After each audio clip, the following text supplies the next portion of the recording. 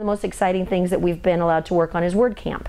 The big WordPress event, and they've been looking for a location where they could grow in Arizona, and nobody had the connectivity that they needed to be able to get where they needed. So we approached City Council again and said, we think Center for the Arts needs to have a pretty robust Wi-Fi system. They said, okay, how are you going to pay for it? So we found a fund to pay for it, and then we decided, oh gosh, how stupid are we? We're getting hackers and bloggers that can log a system, that can bog a system down, and we're going to put them in our Center for the Arts. So approached Cox Communications. They came in as a three-way partner between Gangplank and the city and Cox Communications, and ran a 200 meg pipe into our library.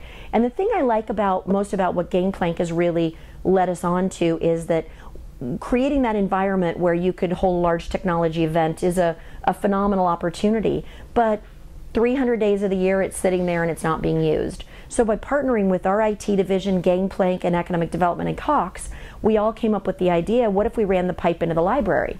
Then the library could use it when we're not hosting an event and push it out to our other city facilities, and then we focus all of its bandwidth on Center for the Arts when we needed it. So not only do we have great events now at Center for the Arts that can really ride on that bandwidth, but I get Facebook and Twitter feeds and blogs from our citizens thanking me for the work that we did that has wound up the bandwidth that we have here in the city. When they're at the library, they can use. So it really was a win-win, and that kind of goes back to that before Gangplank. I didn't really think that way.